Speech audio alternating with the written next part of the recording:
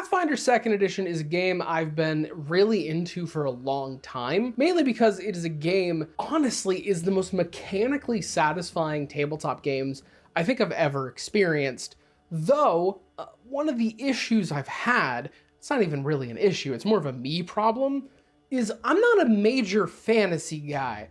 I don't know if you've gotten that vibe from my channel, if you've been around here for a long time. I'm a sci-fi guy, like through and through. I can engage with fantasy. It's all right. I like me some Lord of the Rings. I like me some dark fantasy settings. I mean, I have a berserk tattoo for a reason. I can enjoy fantasy. It's just not the thing I'll immediately hop to. It takes a good amount of reasons to get me invested in a fantasy world. So the world of Golarion and Pathfinder wasn't something I immediately started delving into. It was only actually recently that I started to do this. Mainly because just on my own, I started creating a lot more builds for Pathfinder for multiple reasons as like a little method of a wind down time before I go to sleep. It's been actually working, honestly, weirdly enough. And as well, I do a weekly live stream on my friend's channel, BadLuckGamer. He is a great resource actually if you want to learn more about playing Lancer and Pathfinder, so go check him out. But every week we talk about just really a lot of things tabletop, and on that channel we talk about Pathfinder news, we interview Pathfinder devs and other community members, and we talk about a lot of things Pathfinder, so I want to keep up more with what the game actually is. So in this real trend, I started reading up more on the things inside the game, and I found myself more and more actually hooked. So you know what? I'm gonna take the plunge. I wrote up this video to get myself fully invested in the setting, and I found myself actually hooked. Golarion is really cool. It's such an interesting setting because of how genuinely detailed it is. So this is an intro to Pathfinder 2nd Edition setting. Now, I will clarify, this is not going to be a long timeline of what Golarion's setting went through. That video already exists. I like this video a lot by the Mythkeeper. It's really well done. His channel is also very good if you want to learn a bit more. I'm gonna give you the information you need with stuff that is gonna help you get invested in Pathfinder, and stuff that might help you out if you're gonna get started on your actual first campaign of this game. Also, I guess clarifying point just in case. This is information for Pathfinder 2nd Edition. I don't know anything for 1st Edition Pathfinder. I've never played it. I played Wrath of the Righteous. That's the extent.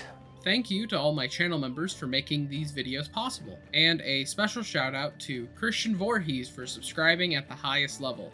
This level of support truly helps the channel, so it is greatly appreciated. But Pathfinder 2nd Edition, the world of Golarion, is what is referred to as a kitchen sink setting.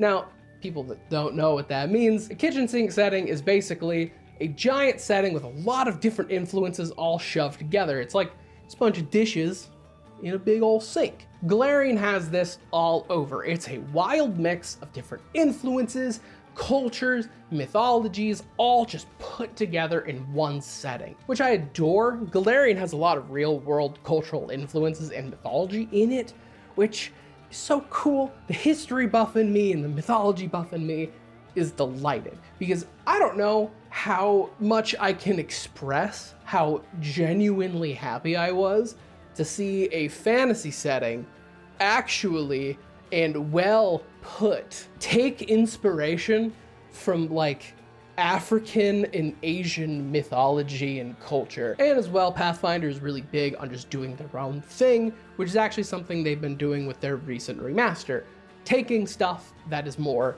in their own vein, or specifically taking things from actual mythologies and taking their own little spin on it and just going wild. Cause listen, we've all seen typical fantasy dragons.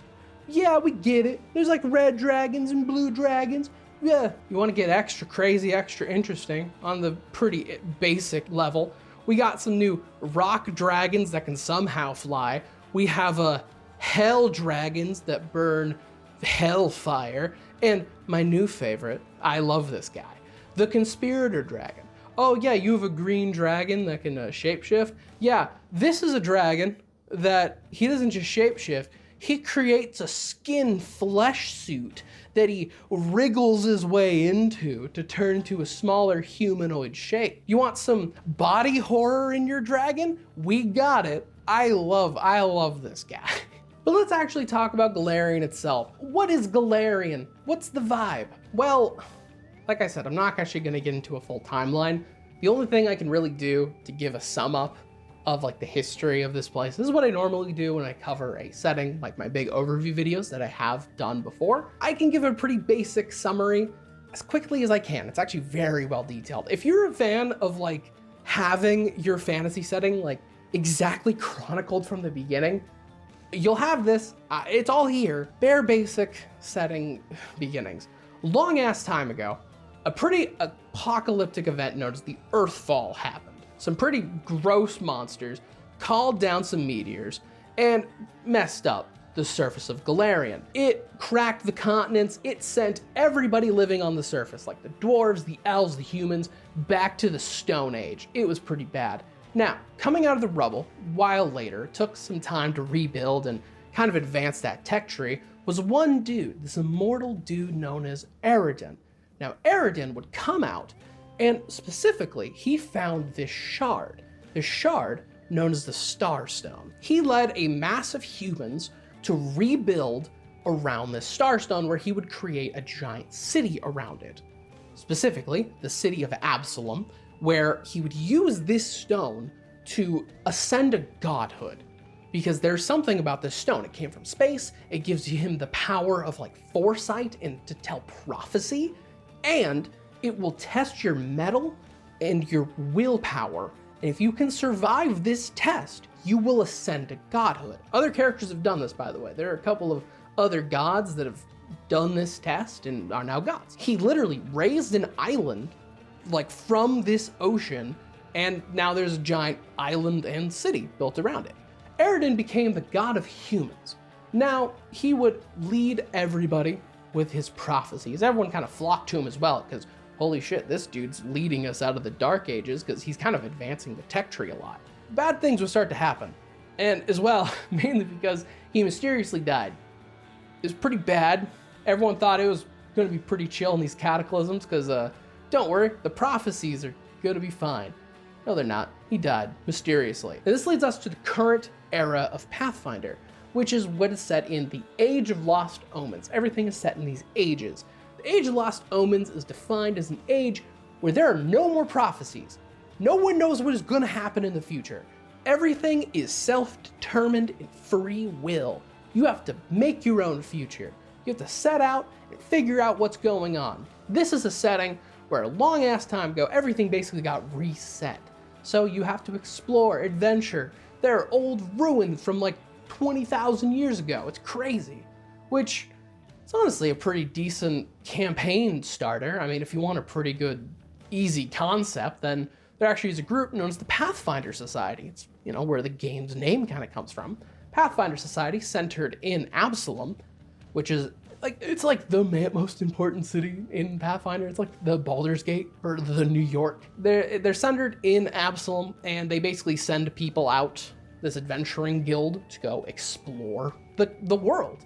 They send you out, you find new discoveries, you recover lost relics, explore ruins, you send back your discoveries to your guild leaders, and then they send you back like payment and tips of where to go next, which is honestly a pretty cool campaign idea. What is Golarion like currently? Well, it's literally a whole ass planet. Like, everything is detailed out. This is the full map of Golarion. We got a lot of information here.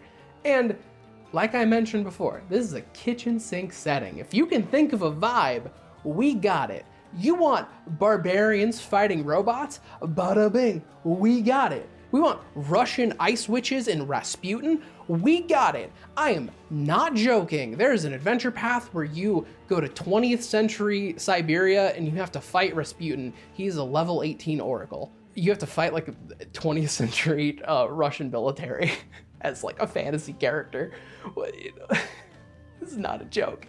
There's even more. You want Arthurian legend, Transylvania, demon incursions, ancient Egypt. It's all over. We got all of it here. Here's a really good map. It's It's by a Reddit user like Darazumi. It's really good. This is based off of an older meme map from like Pathfinder 1E that's shittier, out of date, just a little racist. This is fixed and better.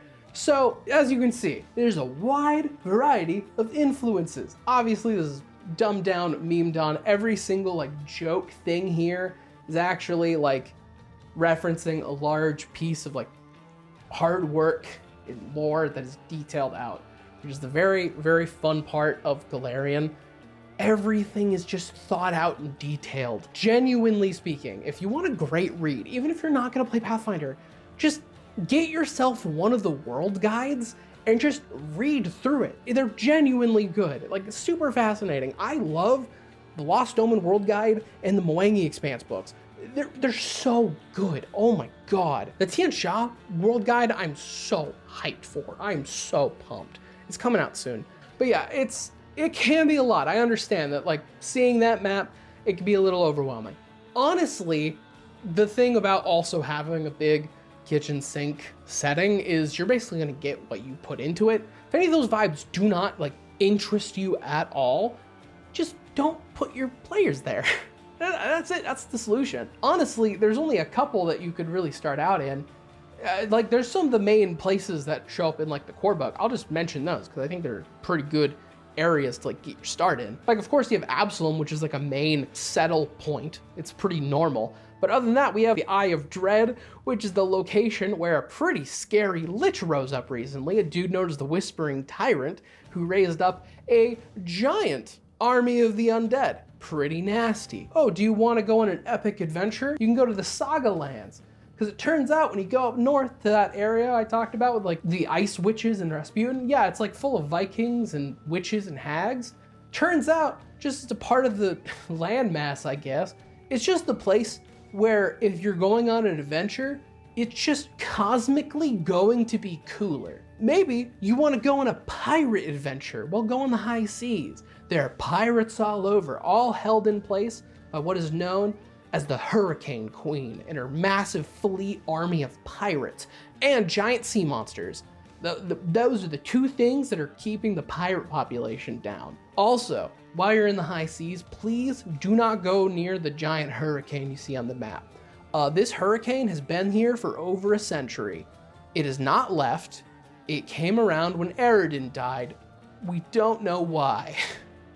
It's not leaving anytime soon. It's just kind of sitting there doing its own thing. So normally at this point in the video, for any other setting I talk about, I would talk about the classes.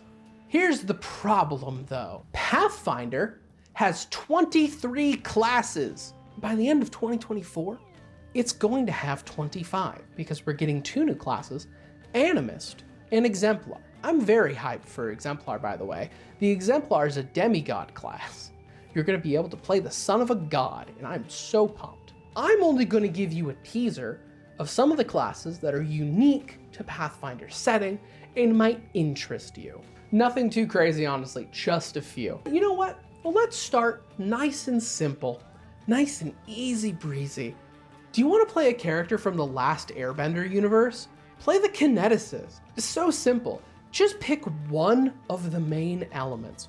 And it's dependent. Do you want to pick one of the main 4 elements like air, earth, fire, water, or one of the Chinese elements? Just drop air and instead replace it with wood and metal. You pick one of those, or 2, as it goes on, and you completely embody that, you channel it, and you become completely embodied of that element, blasting it around, bending water, harnessing metal. You can rust metal. Also, you have the wildest ability names like Infinite Expanse of Bluest Heaven or Crowned in Tempest's Fury. Like, the ability names go wild, I gotta be real. You can also play a Psychic. This is basically a caster class, but if you really want the vibe of, you know, telekinetically throwing stuff around, full on telepathy, you can genuinely run the gambit. I have been a person that's wanting to play a psychic telekinetic character in a tabletop game for genuine years, and I gotta be real, the first game that let me do this was Anima Beyond Fantasy. Some of you understand the problem in what I just said. And then Pathfinder came around and finally gave me a good version of that want. Alternatively, you can play a summoner, and there's multiple things you can do with summoner. You can summon monsters. You mainly use an Eidolon where you have like one main creature that is your summon. You're basically playing two creatures at the same time.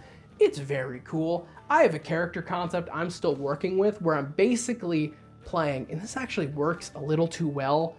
You know Talion from Shadow of War and Shadow of Mordor?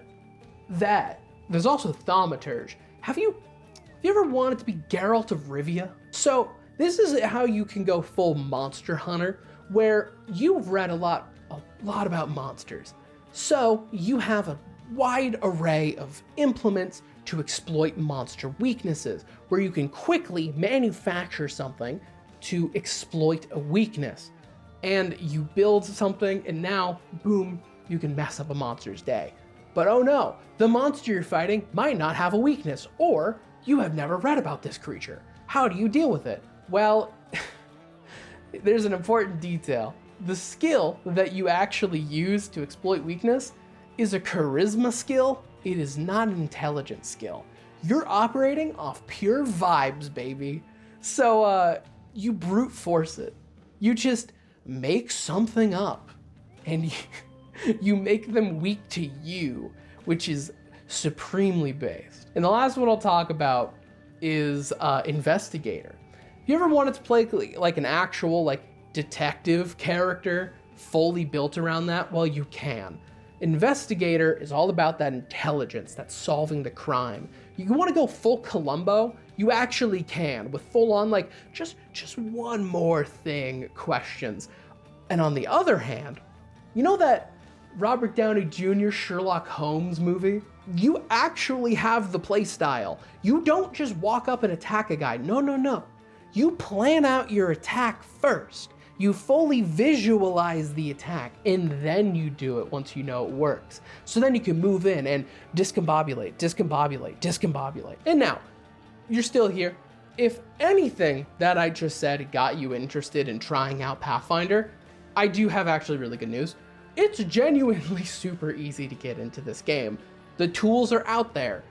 You want to read these rules? Archive of Nethys. It's completely free. They post literally all the player and good chunk of the DM rules. It's all online. You want to make a character right now? Open up the app called Path Builder. I use it all the time. It's also free. Do you want the actual books, like for cheap? Because honestly, you have these other tools, but you do like having the books in front of you. I would recommend camping out Humble Bundle, because really cool thing that Paizo does, every single month basically, I get an email saying there's a new Humble Bundle like charity thing going on where they're selling like basically their entire book stock for like $40. You can get a stupid amount of their content for dirt cheap, all for charity. So just keep an eye on Humble Bundle. You will get Pathfinder books. And then as well, I mentioned them at the beginning of the video. If you have a question on how a class plays, how an archetype works, my friend, BadLuckGamer, he has a video on it most likely. Go check him out. He has a very good wealth of knowledge on how this game actually operates. I don't. I'm not a big mechanics guy. I'm playing this for the game. I'm playing this for the story. I'm playing this to tell a good narrative and make a fun character and roleplay with my friends. And I'll also state, for people who might be new to tabletop games or transitioning from a different tabletop game and are looking at Pathfinder, they have heard the tales of how complicated this game is, or at least look at it and get overwhelmed. Trust me, I am someone who considers myself a little more casual when it comes to tabletop. This can look overwhelming. Honestly, I do think this game can be learned by anybody. It's not that bad when you look at it. Just take it at level 1 if you're gonna make a character. Avoid a good chunk of the classes. Basically the classes I mentioned actually in my little class section. If you want a good recommendation of some classes to play, like for your first character, maybe try out like monk, bard, fighter, sorcerer, ranger, like rogue. Those are very simple classes, very straightforward. Just take it level by level for your character. I honestly think this game is easy to learn. I learned it. I played a devil bloodline sorcerer, and I'm a dummy. I learned it, so I think you can too. So yeah, if you like this, I might make more. So hopefully you enjoyed. Yeah, like, comment, subscribe, do that stuff, join my membership, and see ya.